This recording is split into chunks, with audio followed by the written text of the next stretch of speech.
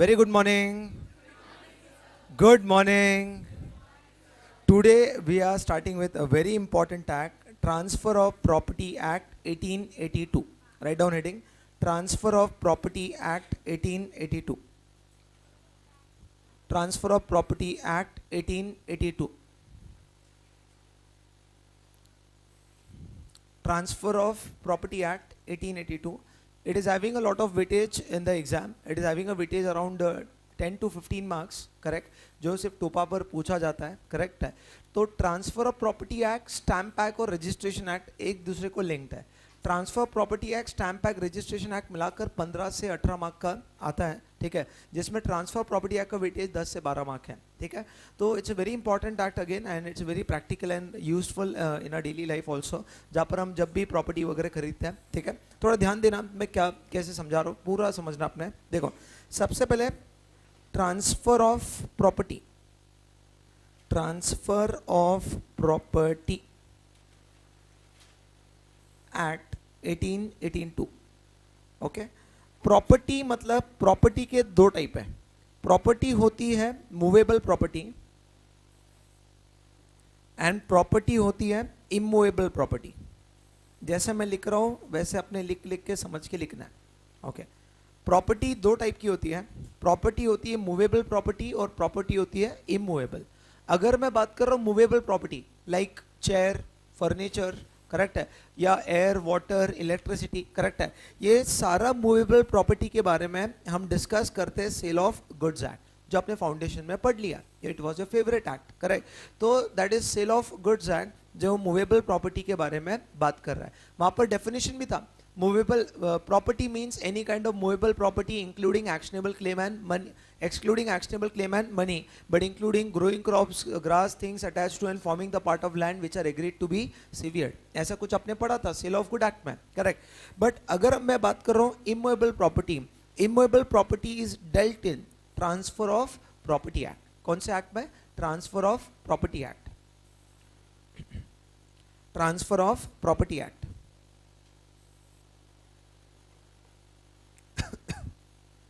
Transfer of property act. तो देखो, ये जो एक्ट है ये सिर्फ किसकी बात कर रहा है?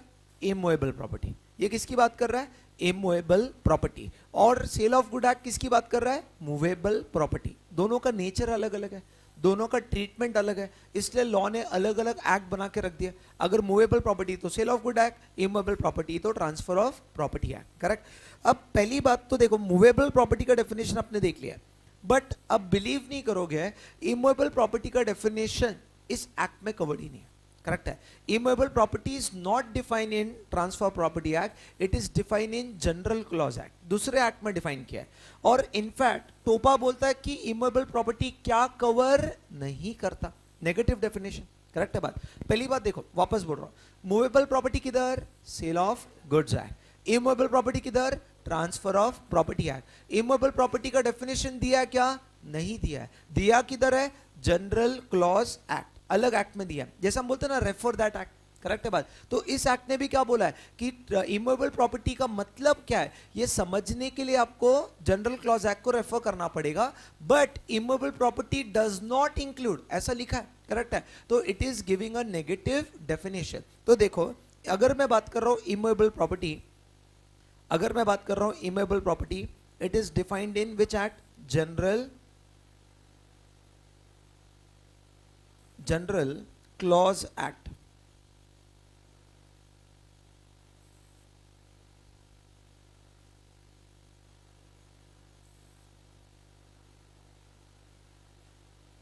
जनरल क्लॉज एक्ट लिखते रहना आपने. जनरल क्लॉज एक्ट 1897 में डिफाइन किया है. जनरल क्लॉज एक्ट 1897 में डिफाइन किया है. ओके. बट टोपा क्या दे रहा है? Negative definition. नेगेटिव मतलब क्या? इंक्लूड नहीं करता. Negative definition.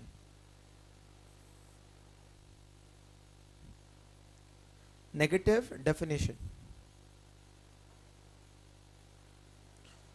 General clause act 1897 define करता है, बट टोपा क्या बोल रहा है? Negative definition. तो इन शॉर्ट इमूवेबल प्रॉपर्टी का मतलब क्या है, ये समझने के लिए हमें दो जगह देखना पड़ेगा.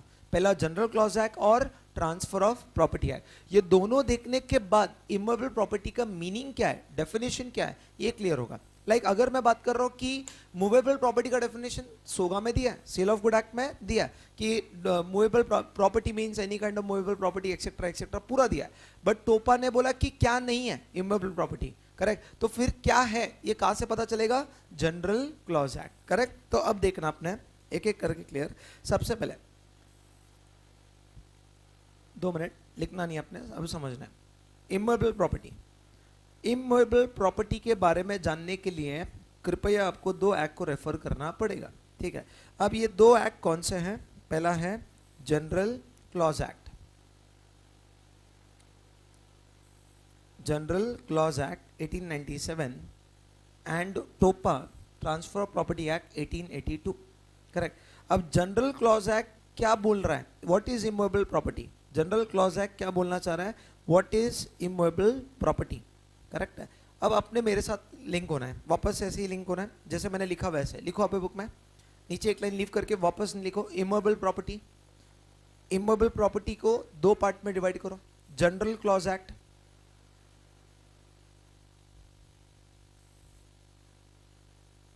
जनरल क्लॉज एक्ट, करेक्ट, और transfer of property act, transfer of property act.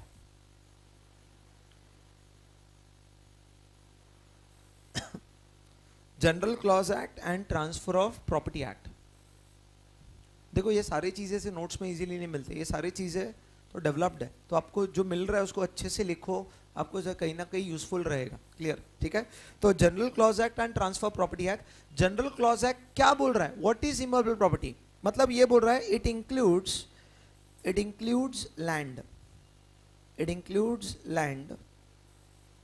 Can you cut a piece of land and take home, no, correct है। It includes land, benefit arising from land, benefit arising from land, it includes land, benefit arising from land, benefits arising from land and things attached to, things attached to और permanently fastened। समझाऊंगा मैं एक एक चीज, permanently, things attached to और permanently fastened,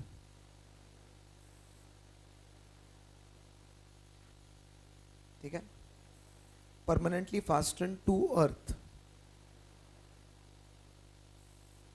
things attach to and permanently fasten to earth.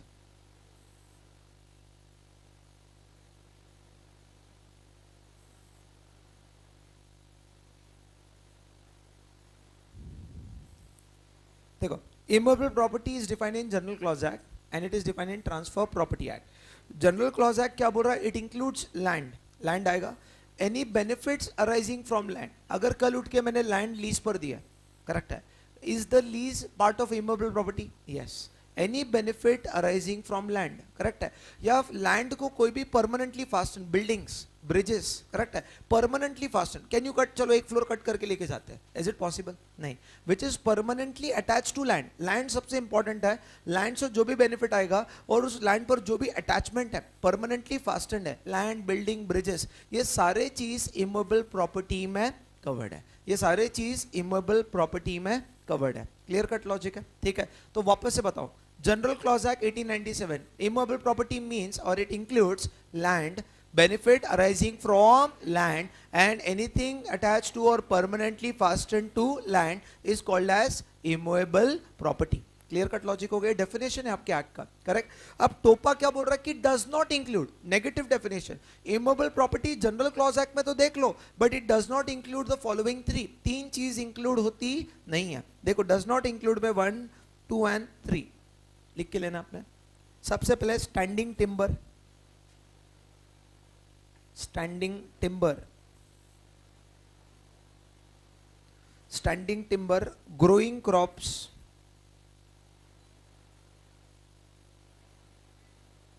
standing timber, growing crops and grass. Standing timber, growing crops and grass. Standing timber, growing crops and grass. देखो ये तीन चीज include नहीं होती है. एक simple logic है इसके पीछे. जैसे ग्रास है, ग्रास हम लैंड से सेपरेट करें, ग्रास की लाइफ हार्डली कुछ 4-5 दिन है. Can a grass survive without land? No. Correct है. इसका अपना एक क्वालिटी जो है, ग्रास का अपना जो नेचर है. स्टैंडिंग टिम्बर कट करते हैं उसकी लाइफ बहुत कम होती है. क्रॉप्स, फ्रूट्स और एनीथिंग यू रिमूव, करेक्ट है, वो आप निकालने के बाद उसकी लाइफ बहुत ही कम रहती है. समझ रहे बात? They are not having their own identity when it is separated from land. Correct है बात? तो ग्रास के साथ आपने बेचा land. Grass is not a part of land. Clear cut logic है. Because it loses its identity and it does not have any value when it is remove from the land, because it is not having that life. Correct है बात? Can the grass, growing crop, standing timber if separated from land have a independent life of many years? No. अगर उनका independent life होता, correct है, तो उसे कहीं ना कहीं हम लैंड में कवर अप कर लेते हैं. बट उनका इंडिपेंडेंट लाइफ है ही नहीं. If once they are cut, they have a very nominal life of 4-5 days, 10 days, 20 days maximum side. Correct है? तो अपनी उनकी खुद की आइडेंटिटी नहीं है, इसीलिए ये तीन चीज कंपलसरी कवर्ड नहीं है. करेक्ट है बात? तो देखो, जनरल क्लॉज एक्ट बोल रहा है कि क्या मतलब है इमूवेबल प्रॉपर्टी का. टोपा बोल रहा है कि क्या इंक्लूड नहीं होता है. जनरल क्लॉज एक्ट बोल रहा है कि मीनिंग ये है, it includes land, benefit arising from land और एनीथिंग अटैच और permanently fastened to land. Correct है बात? और यहाँ पे टोपा बोल रहा है कि does not include 3 things. What are the 3 things? Tell me. Standing timber, growing crops and grass. Clear cut logic है. ठीक है, तो देखो वापस से मैं स्टार्ट में आ रहा हूं.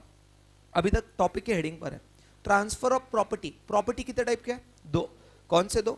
Movable and immovable. मूवेबल कौन से एक्ट में? Sale of goods act. And immovable transfer of property act. Correct है. अब इमूवेबल प्रॉपर्टी के बारे में टोपा में लिखा है क्या? नहीं. कहाँ लिखा है? General clause act. और किधर लिखा है? टोपा में नेगेटिव डेफिनेशन दिया है. तो अल्टीमेटली ये दोनों मिलाकर इमूवेबल प्रॉपर्टी क्या है ये समझ में आता है. करेक्ट. अभी हम आ रहे हैं कौन से वर्ड पर? Transfer.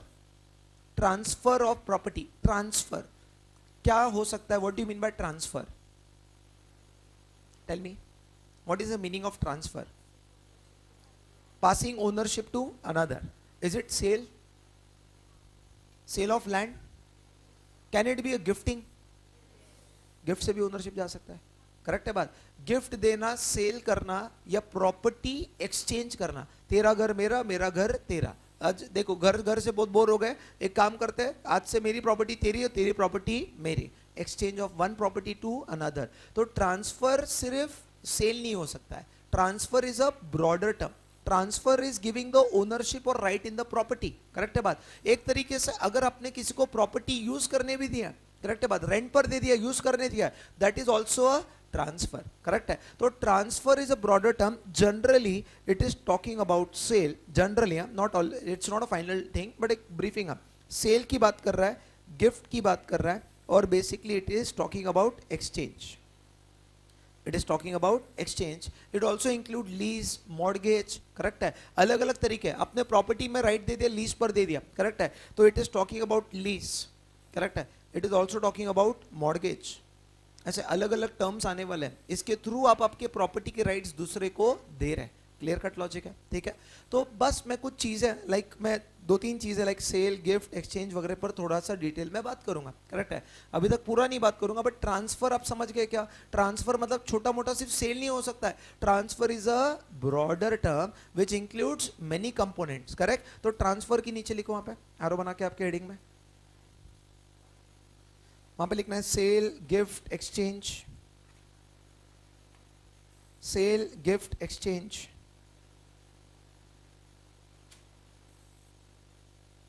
Cell, gift, exchange. Sale, gift, exchange, lease, mortgage, etcetera. Sale, gift, exchange, lease, mortgage, etcetera. Sale, gift, exchange, lease, mortgage, etcetera. Correct? अब मैं थोड़ा सा बात करूंगा सेल पर, फिर बात करूंगा एक्सचेंज पर, और फिर बात करूंगा गिफ्ट पर. ये 3 चीज पर बात करूंगा. ठीक है? ये लिखा अपने सबने? करेक्ट. तो अभी देखो, first I am talking about sale. पहली बात, अपने कॉन्ट्रैक्ट ऑफ सेल पढ़ा था सेल ऑफ गुड एक्ट के अंदर. टेल मी, पढ़ा है कि नहीं? Sale is sale and agreement to sale. Present transfer of ownership is sale. Future transfer of ownership is agreement to sale. Correct है ना बात? ऐसा कुछ पढ़ा आपने? उसमें आपने पढ़ा कि बेसिकली सेल और एग्रीमेंट टू सेल में डिफरेंस ये आ जाता है, possession delivery does not matter. Correct है? या अपने मनी पे करना डज नॉट मैटर. ये सब सेल ऑफ गुड एक्ट का कुछ प्रोविजन है. तो what do you mean by sale in this case? पहली बात, there should be two separate party, buyer and a seller. याद आ रहा है?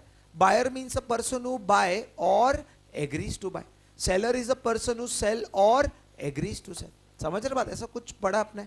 तो पहली बात, दो सेपरेट पार्टीज होना चाहिए. मैं खुद का घर, मैं बोल रहा हूँ चलो मयूर मैं घर बेचना चाहता हूँ. मयूर बोलता है ठीक है घर मैं खरीदना चाहता हूँ. मैं खुद की प्रॉपर्टी खुद को बेच रहा हूँ, खुद ही खरीद रहा हूँ. Is that a right thing? Will law cover this situation? No. Correct है? इट इज इक्विवेलेंट टू एक जेब से पैसा निकाल कर दूसरे जेब में डालना. करेक्ट है? तो देयर शुड बी, पहली बात, two separate parties, one buyer and a seller. Correct है? तो सेल लिखो वहां पे नीचे, सेल लिखो. सेल में लिखना है टू पार्टीज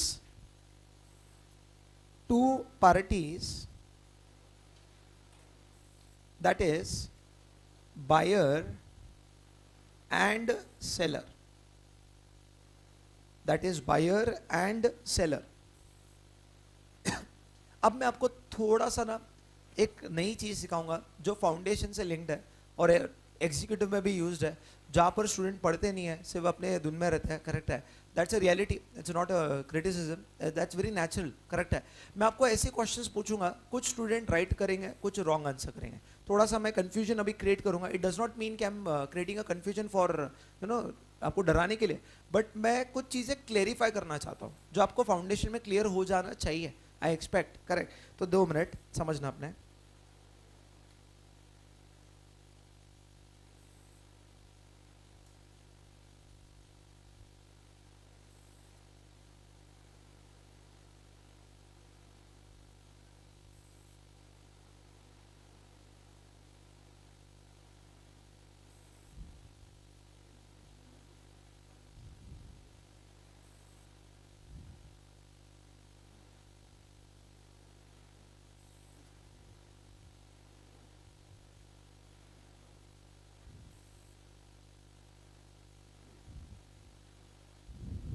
अरे हंसो मत यार, डर लग रहा है मुझे. सपोज ये हम दो कैरेक्टर का नाम ले लेते हैं, ये हम है और ये तुम है. एग्जाम्पल, हम तुम जो वाला जो था ना सैफ अली खान वाला. तो अब हम और तुम, सपोज हम क्लास के दो कैरेक्टर ले लेते हैं. क्लास में से दो कैरेक्टर को भी बोलो. सुप्रिया ने आज बहुत जोर से हंसी है तो इसका नाम सुप्रिया कर लेते हैं. सुप्रिया के अगेंस्ट कौन है दूसरा? हाँ, आकाश डाल दो. आकाश डाल दो यार, एग्जाम्पल है उसमें क्या. ठीक है? Need not be serious, and if you are serious मुझे क्या जा रहा है. हाँ ठीक है. तो इतना नहीं सोचते लाइफ में. करेक्ट? तो एग्जाम्पल ऐसा है कि आकाश बोलता है कि मुझे यूनिक स्टाइल से, वो अमिताभ बच्चन है नहीं है. करेक्ट है? यूनिक स्टाइल से मुझे, हमेशा मैं बोलता है क्लास में एंट्री करना है, मैं बोलता हूँ ना. करेक्ट है?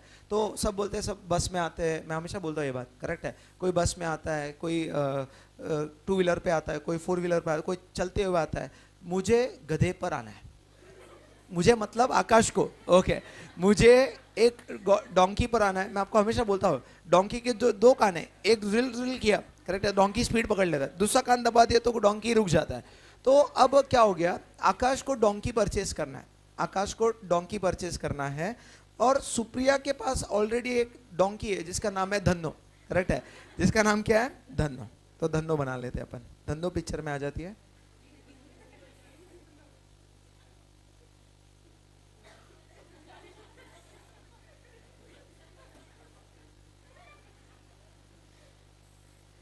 स्केट्स नहीं है ये, उसके पैर है. स्केट समझ रहे हो? हाँ,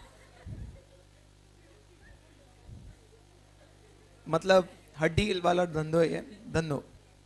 ठीक है? अब होता क्या है, 2 minute, very very important, I am clearing the basics. ये धन्नो को सुप्रिया ने बेचा आकाश को, और आकाश ने उसकी जगह पर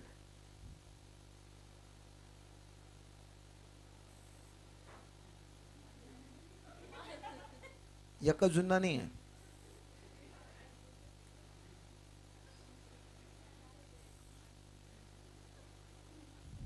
टॉम डिक हैरी, ये मतलब क्या है, ये तीनों भी जो है ना बेसिकली कैट्स है, ठीक है, बिल्ली बना लेते हैं। टॉम डिक हैरी जो भी रहेगा, एच लिखता है। ये टॉम डिक हैरी दिया। अब देखो सुप्रिया ने धन्नो दिया और उसको वहां पर धन्नो की जगह पर 3 कैट्स मिले, कौन से एक्ट को रेफर करना पड़ेगा? ये कभी सोचा आपने? बताओ।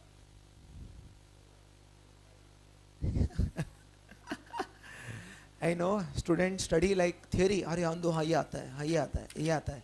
इतना गुस्सा आता ना मुझे, खून खोलता है मेरा। जब पढ़ना चाहिए तो घुस के पढ़ना चाहिए। बोलो, कुछ आंसर राइट भी करेंगे, मैं ऐसा नहीं बोल रहा हूँ। कौन से एक्ट को रेफर, लॉ बोल रहा है माय लॉर्ड, माय लॉर्ड पूछ रहा कौन सा एक्ट? सर बताता हूँ, रुको रुको रुको। अरे कौन सा एक्ट देखना पड़ेगा इस चीज के लिए?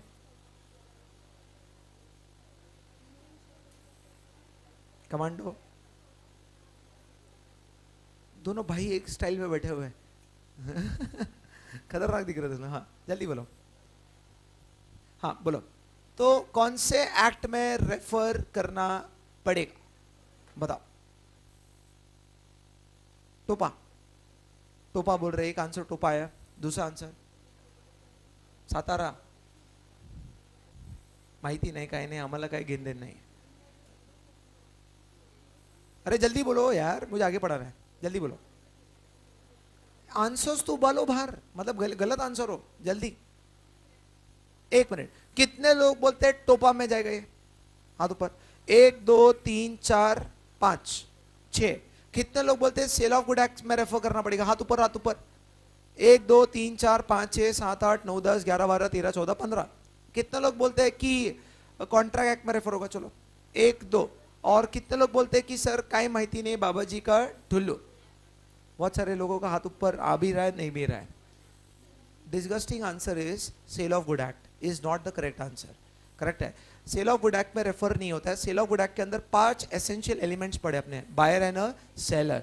Goods, goods means any kind of movable goods. Then transfer of property मतलब ओनरशिप। तीसरा पड़ा price, price means money consideration, price means money consideration. यहां पे पैसे एक्सचेंज हो रहा है, तो ये बार्टर सिस्टम है। Barter system, contract act. कौन सा एक्ट? Contract act. Clear cut logic है। Partly money partly goods allowed. Partly money partly goods का केस, जस्ट एग्जांपल ले रहा हूं। किसने एक धन्नो दिया और 2 कैट और 5,000 रुपए कैश दिया, पार्टली मनी पार्टली गुड्स। अब कौन सा act? Sale of goods act. अब यहां पर इमूवेबल प्रॉपर्टी की तरह क्या, बिल्ली हिल नहीं सकती है, मूवेबल है ना, धन्नो हिल नहीं सकती है। करेक्ट है बात। तो बेसिकली टोपा में नहीं आएगा, ये जाएगा barter, pure barter system, contract act. Partly money partly goods, sale of goods act. Some money pure money, सब धन्नो देकर इसने 10,000 रुपए कैश दिए और बाकी कुछ नहीं दिया, तो सेल ऑफ गुड्स एक्ट। समझ रहे बात को? कितने लोग ये बात समझती है? पक्का? डायग्राम बनाओ 1 मिनट। टाट टुक नहीं, काम आएगा जिंदगी में, ये सब आप क्लियर हो जाना चाहिए था। डायग्राम बनाओ जो बोर्ड पे दिख रहा है आपके। डायग्राम बना के नीचे केस 1 2 3 मैं डिक्टेट करूंगा, ध्यान देना है। ये डायग्राम बनाओ, आर्ट एंड क्राफ्ट करना नहीं है, जल्दी जल्दी। और घर पे से बुक दिखाना नहीं है, नहीं तो घर वाले बोलेंगे कि धन्नो एंड बिल्ली कहां से आ गई।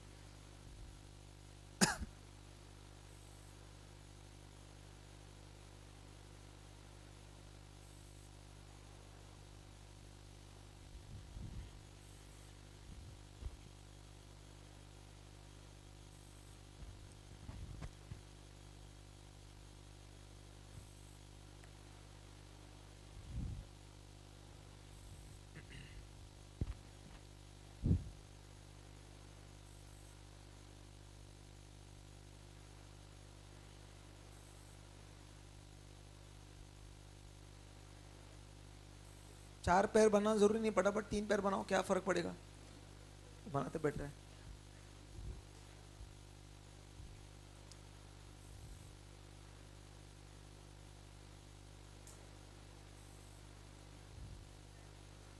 बनाया, नीचे लिखना case number 1। Case number 1, Dhanno is exchanged for 3 cats. Dhanno is exchanged for 3 cats. That is Tom, Dick, Harry. Dhanno is exchanged for 3 cats. that is Tom, Dick, Harry. Dhanno is exchanged for 3 cats, that is Tom, Dick, Harry, which is pure barter system. Which is pure barter system. Which is pure barter system. Pure barter system. लिखना वहां पे dash करके लिखना है contract act. Dash करके लिखना है contract act. Contract act. Clear? ठीक है. Second case, Dhanno is exchange for 2 cats. Dhanno is exchange for 2 cats, Tom and Dick. Dhanno is exchanged for 2 cats, that is Tom and Dick, plus cash of 5,000. Plus cash of 5,000. That is partly money, partly goods. That is partly money, partly goods. Dash करके लिखना है sale of goods act, सोगा. Dash करके लिखना है sale of goods act. Sale of goods act. Correct है. Case number 3, Dhanno is sold for ₹10,000.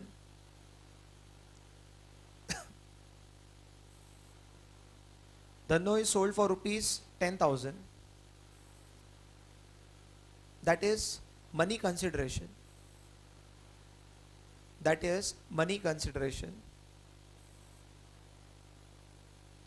Dash करके लिखना है sale of goods act. Dash करके लिखना है sale of goods act. Correct है. क्लियर हुआ? अभी कोई थॉट कंफ्यूजन रखना नहीं लाइफ में, एकदम क्लियर पढ़ना है तो समझ में आएगा, तो ग्रो करोगे. सिर्फ एग्जाम ओरिएंटेड मत पढ़ो यार, नहीं तो प्रॉब्लमेटिक हो जाता है. अब देखो 2 मिनट, अब मैं आपको कुछ केस पूछ रहा हूँ, अभी आप थोड़ा सा सही शायद आंसर कर सकते हो. ध्यान देना. अरे there is a very beautiful bungalow and which is having a beach. मतलब बीच पर नहीं है, बीच पास में है. करेक्ट है. एंड अ स्पेशल बोट, ठीक है, क्रूज है. और ये बंगलो सपोज आलिया भट्ट का है. ओके नहीं, प्लीज, बद्रीनाथ की दुल्हनिया बहुत ही अच्छी मूवी है, कृपया करके देखिए. ओके, छीछू नहीं, कितनी बढ़िया दिख रही है उस मूवी में. हाँ, तो देखना इसके. 1 मिनट, पैर करेक्ट है. अब क्या हो गया,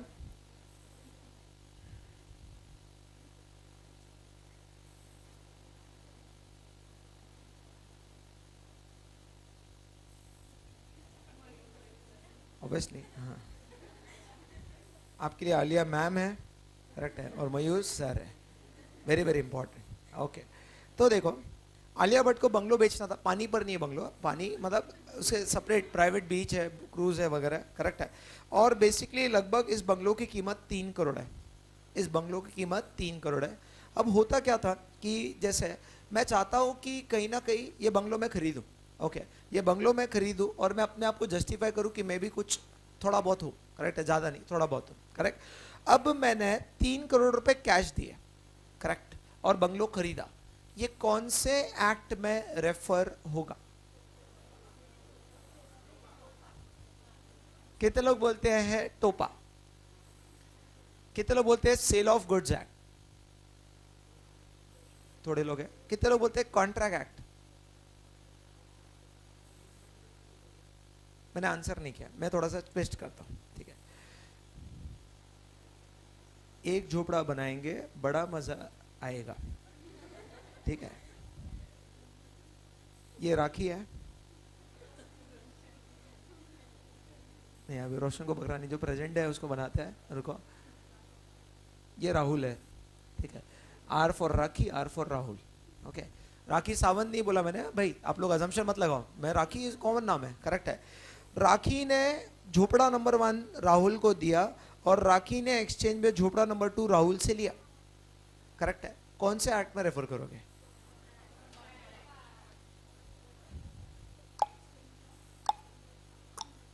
कौन सा एक्ट? टोपा. कितने लोग टोपा बोल रहे हैं? हाथ ऊपर. कितने लोग बोलते हैं कि contract act?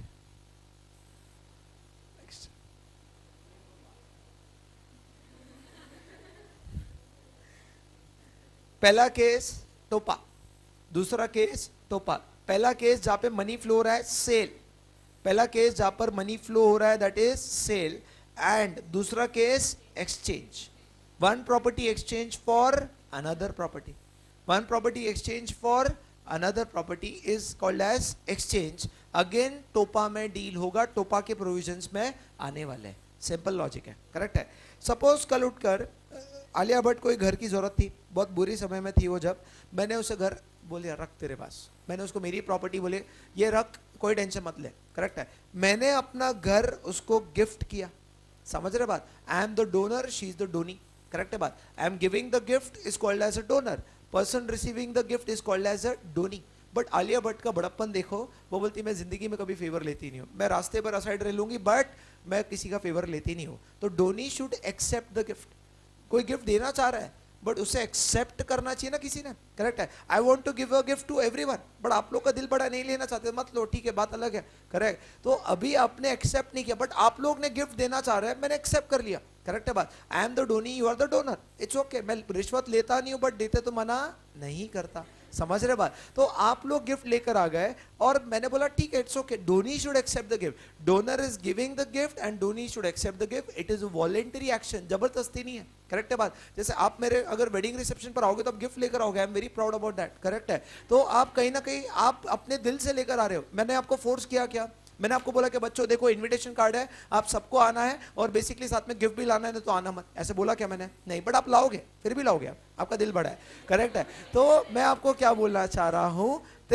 Gift is a voluntary action, it is not जबरदस्ती, करेक्ट है बात। And donor is giving the gift and donee accept the gift, it is again a gift which is covered in transfer of property act. तो तीन चीज समझनी है, cell, exchange and gift. पहली बात, सेल में अपने पॉइंट लिखा, अभी आ जाओ अपने कंटेंट पर आ जाओ, फिर से सेल लिखो, सेल में जगह नहीं छोड़ी होगी तो फिर से सेल लिखना है। सेल में अपने स्टार्टिंग में सेल लिखकर एक पॉइंट लिखा था ना, करेक्ट है, तो फिर से सेल लिखो, वहां पे लिखना two parties, buyer and a seller. Sale के अंदर two parties, buyer and a seller, two parties, buyer and a seller, sale में।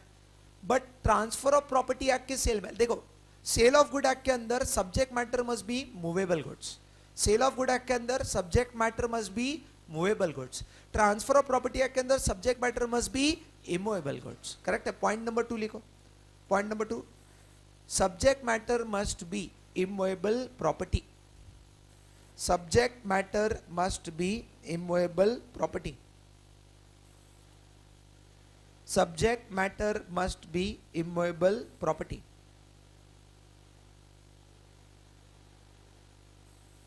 Subject matter must be immovable property. अब इमूवेबल प्रॉपर्टी देकर हम क्या ले रहे हैं सेल में, प्रॉपर्टी ले रहे हैं, पैसा ले रहे हैं, या कुछ भी नहीं ले रहे हैं। मैंने प्रॉपर्टी आपको बेचा सेल में, उसके एक्सचेंज में क्या रहा है, प्राइस कंसिडरेशन, क्या रहा है, price consideration, which is monetary consideration. If I am giving one property and taking another property, is that a sale or exchange, exchange. I am giving one property and taking monetary consideration, that is what sale, समझ रहे बात को, correct है। I am giving what property and not taking anything, that is not sale, that is a gift, समझ रहे बात को। तो जब एक कॉन्ट्रैक्ट बन रहा है सेल का, आपने घर दिया और घर के बदले में आपने पैसा लिया, करेक्ट है बात। तो देखो टू पार्टीज होना चाहिए, buyer and a seller, subject matter must be basically immovable property. Third point लिखो, third point, price must be present, price must be present, and what is a price is money only, price सिर्फ money है, अगर property दे रहे हो तो exchange हो जाता है। Price must be present, correct है, and price means money only, correct है, ठीक है। कोई और याद आ रहा है, स्टैम्प एक्ट, स्टैम्प एक्ट के अंदर जब भी आप इमूवेबल प्रॉपर्टी बेच रहे हो, करेक्ट है, स्टैम्प एक्ट आपने पढ़ लिया या पढ़ने वाले हो, वॉट एवर सिनेरियो, जब भी आप इमूवेबल प्रॉपर्टी बेच रहे हो, do you need to put a proper stamp on it, yes, correct है। तो उस कॉन्ट्रैक्ट पर क्या होना चाहिए, प्रॉपर स्टैम्प, लिखो आप, stamp duty paid, stamp duty paid as per Indian stamp act, Indian stamp act 1899, stamp duty paid as per Indian stamp act 1899, correct है बात। और फिफ्थ पॉइंट देखो, दो पार्टीज होना चाहिए, इमूवेबल प्रॉपर्टी होना चाहिए, प्राइस होना चाहिए, प्राइस मतलब मनी, एंड स्टैम्प ड्यूटी पे करना चाहिए। और एक very very important point is absolute transfer. समझाता हूं मैं, लिखो आप एब्सोल्यूट ट्रांसफर, एब्सोल्यूट ट्रांसफर।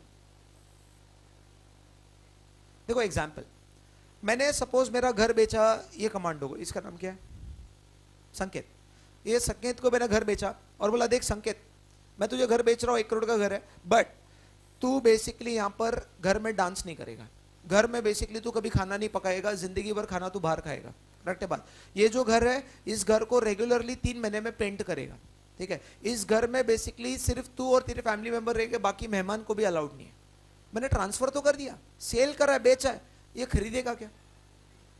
अरे घर खरीदा मतलब उसको डांस करना है करेगा, उसको जो करना है करेगा, उसको लगता है घर खाली रखना है, मैं तो घर खाली नहीं रखता, रोज साफ सफाई होना चाहिए। अरे हुआ है मैंने उसको ट्रांसफर कर दिया, मतलब there is no condition pending, 100% right in the ownership, 100% right to enjoy the property. उससे right to enjoy the property, उसको रेंट पर देना रेंट पर देगा, उसको क्लास स्टार्ट करना है क्लास स्टार्ट करेगा, उसको वैकेंट रखना है वैकेंट करेगा, उसको पीओपी करना है पीओपी करेगा, उसको पूरा अधिकार है प्रॉपर्टी पर, करेक्ट है। तो जब भी सेल होता है कोई कंडीशन लगा सकते हैं क्या आप? नहीं, no conditions can be put, absolute transfer without any conditions, clear cut है। तो देखो सेल के अंदर कितने पॉइंट्स, पहला two parties, buyer and a seller. दूसरा पॉइंट क्या है, subject matter must be immovable property, price must be present which is monetary consideration. फिर क्या लिखा आपने, बताओ मुझे, stamp duty must be paid as per the stamp act 1899 and absolute transfer, वहां पे लिखना है एब्सोल्यूट ट्रांसफर के आगे लिखना है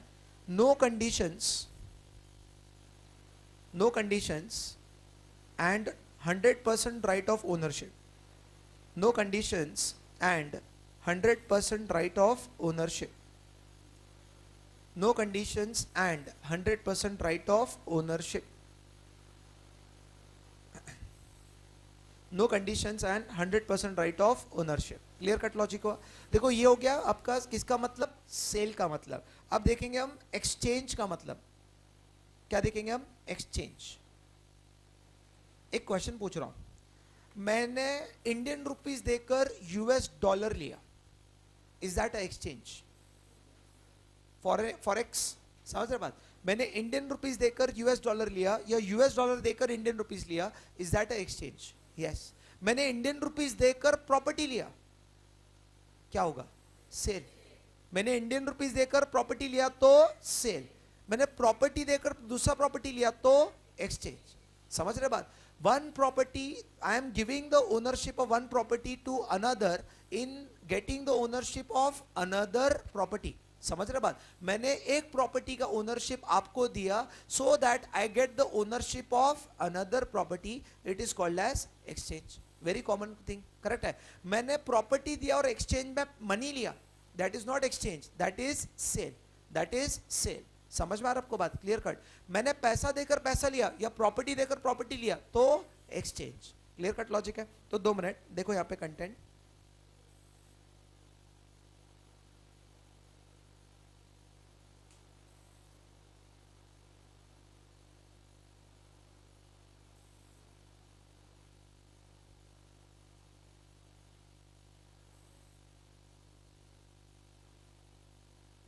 हाँ देखो, सबसे पहले हमने सेल के बारे में पढ़ा।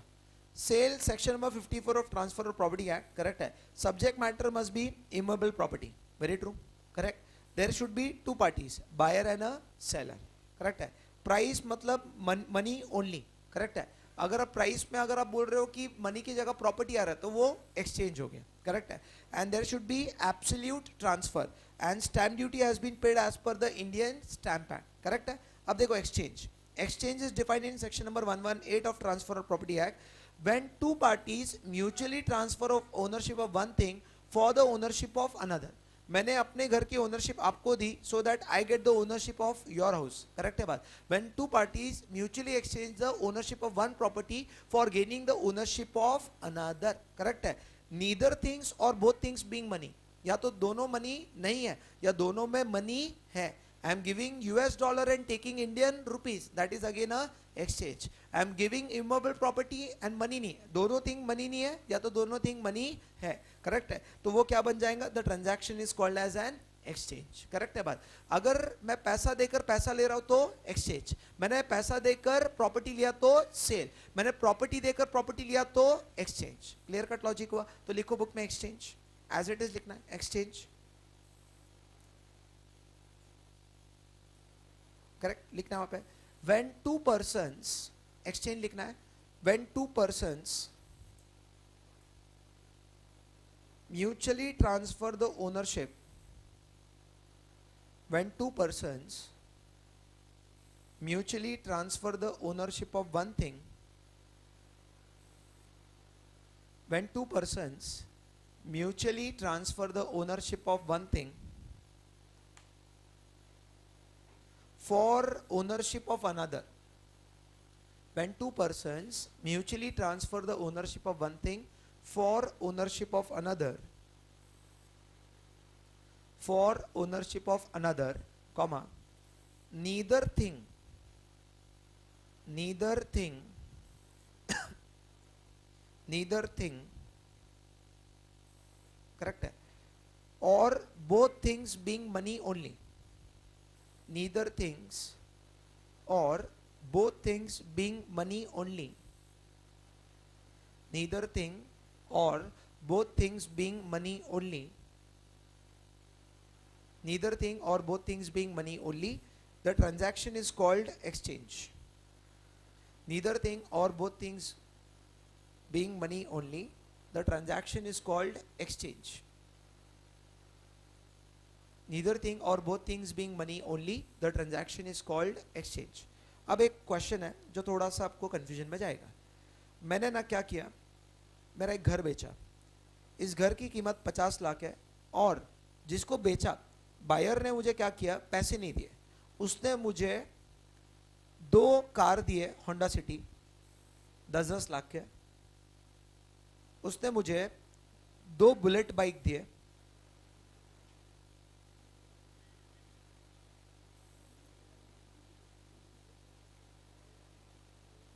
जो 2-2 लाख के हैं, और उसने मुझे 4 गाय दिए,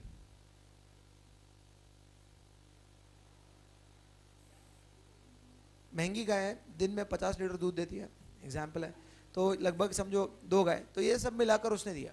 मैंने घर देकर उससे कार, बुलेट और गाय लिया। अब किधर रेफर करना पड़ेगा? या तो मूवेबल भी बात कर रहा है और इमूवेबल भी बात कर रहा है। आप समझ रहे हो मैं क्या बोलना चाह रहा हूं? ये किसकी बात कर रहा है? Movable as well as immovable. और ये बात भी कर रहा है बार्टर, जो कॉन्ट्रैक्ट लॉ में भी बात होती थोड़ी बहुत। तो रेफर किधर करना है? समझ रहे बात को मैं क्या बोलना चाह रहा हूं? मैंने घर दिया, पैसा लिया, सेल, इमूवेबल, टोपा। मैंने घर दिया और बेसिकली दूसरा घर लिया, एक्सचेंज, टोपा। ठीक है, समझ रहे बात? मैंने बेसिकली कार देकर पैसा लिया, sale, sale of good act. मैंने कार देकर 2 बुलेट बाइक ली, बार्टर सिस्टम, कॉन्ट्रैक्ट एक्ट। जब मैंने घर दिया और बाकी सब लिया, जहां पर मूवेबल इमूवेबल प्रॉपर्टी एक्सचेंज हो रहा है, कौन से एक्ट को रेफर करना है? It's a question.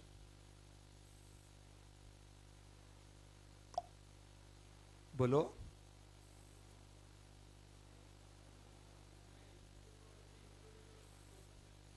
तेरा आंसर टोपा है, ओके। बाकी लोग का आंसर? कितने लोग बोलते हैं टोपा रेफर होगा? हाथ ऊपर। 1 2 3 4। कितने लोग बोलते हैं कि सेल ऑफ गुड एक्ट को रेफर होगा? कितने लोग बोलते हैं कॉन्ट्रैक्ट एक्ट को रेफर होगा? कितने लोग बोलते हैं काही माहिती नाही, तुम्हीच सांगून टाका? बोला। हाँ, नहीं ना, मतलब आधा अब उड़ रहे इधर, आधा उधर, दोनों को प्रोविजन ऐड करो सर, ये डिप्लोमेसी वाला आंसर है।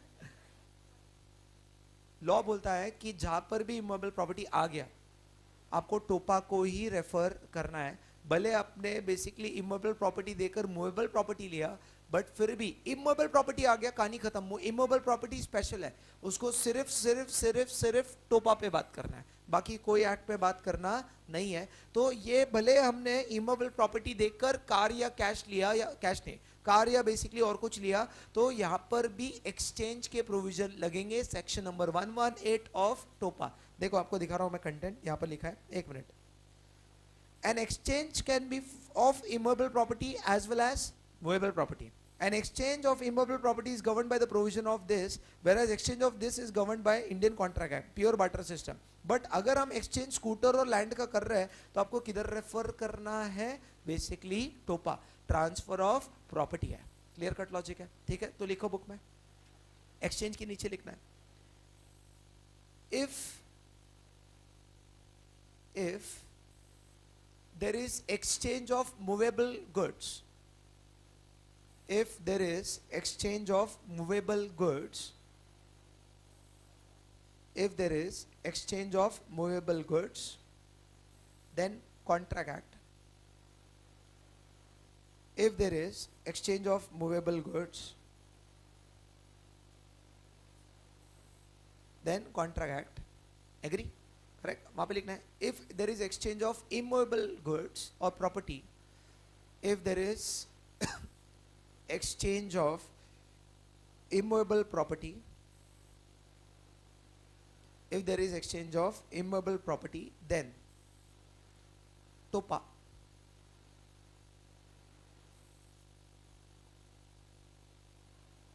करेक्ट है? एंड थर्ड पॉइंट में लिखना है, exchange of immovable and movable property, exchange of immovable and movable property, then TOPA. exchange of immovable and movable property, मतलब immovable देकर movable ले रहे हैं या movable देकर immovable ले रहे हैं, ठीक है? if there is exchange of immovable and movable property, then TOPA, transfer of property act.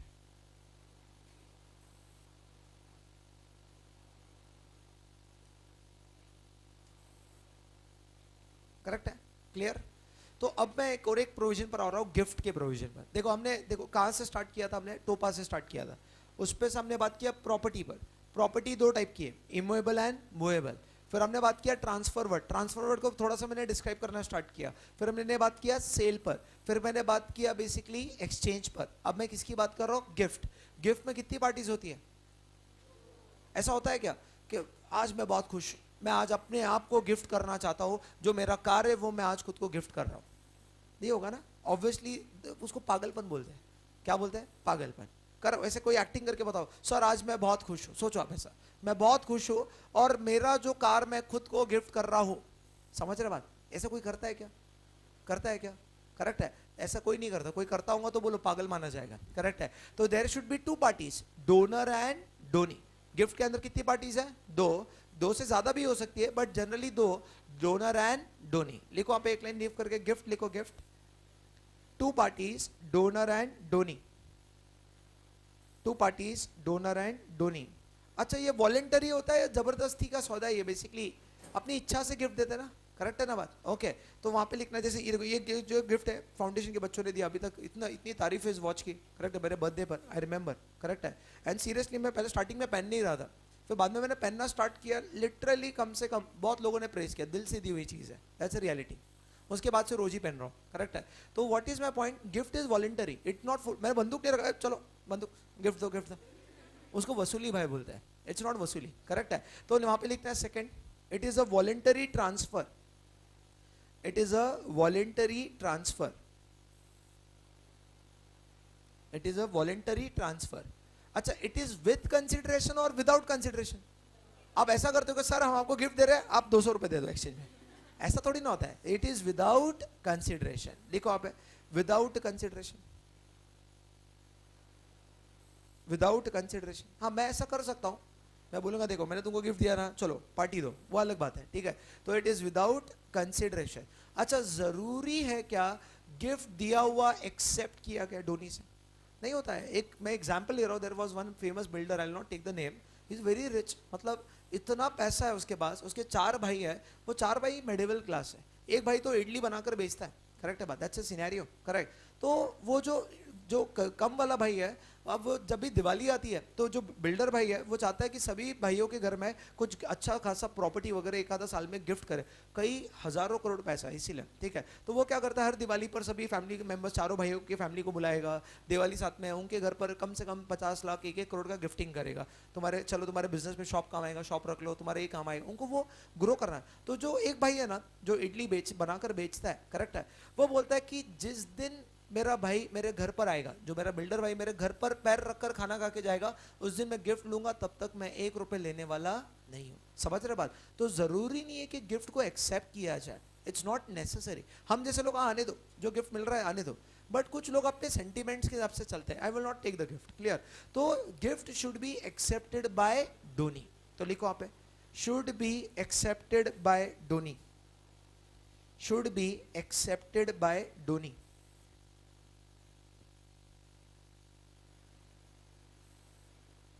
Should be accepted by donee. अच्छा, गिफ्ट फ्यूचर का होता है क्या, मेरा घर बनेगा वो तू उसका मालिक है आज से, मेरा जो होगा उसका तू मालिक है आज से।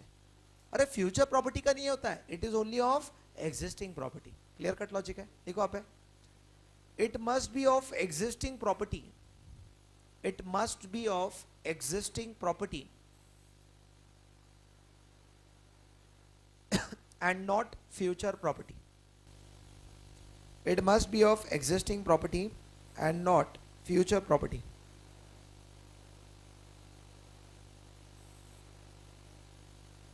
तो देखो हमने क्या क्या खत्म किया है। Today we started with TOPA. In TOPA we have seen transfer of property. Property word दो है, immovable and movable.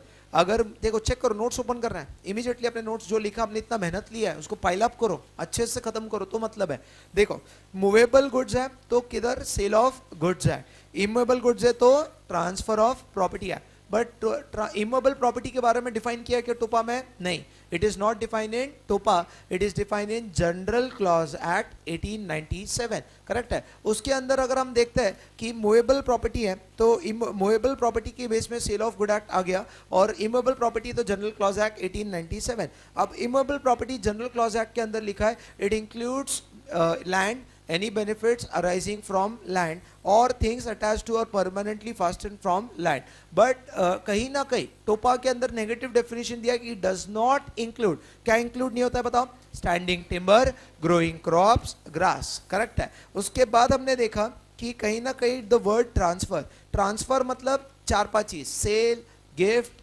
Exchange, lease और मॉर्गेज, करेक्ट है। अगर मैं बात कर रहा हूँ सेल, अगर पार्टी ने सेल किया मतलब क्या क्या इन्वॉल्व होना चाहिए, अपने पॉइंट्स लिखे, मुझे बताओ क्या क्या लिखा। There should be 2 separate parties, buyer and a seller, there should be exchange for price which is money only, correct है बात, यहां तक लिखा है कि नहीं लिखा, ओके। फिर अगर आप देखते हो कि सेल के अंदर कहीं ना कहीं प्राइस होना ही चाहिए, मनी होना ही चाहिए, करेक्ट है। अगर मैं बात कर रहा हूं gift, gift is voluntary and without consideration. जैसे सेल के अंदर 2 पार्टी होती, buyer and a seller, gift के अंदर 2 पार्टी होती, donor and a donee, correct, and it is a voluntary action, donee should accept the gift. Exchange is for giving one property and taking another property, or it is giving one kind of money and taking another money, that is called as an exchange. अगर pure movable goods का exchange है तो contract act, correct है बात, क्योंकि barter system is covered in contract act. और अगर मैंने इमूवेबल गुड्स देकर मूवेबल गुड्स लिया तो transfer of property act, correct है बात। तो you need to revise this much and come tomorrow. आज इतना ही, thanks a lot guys, thank you.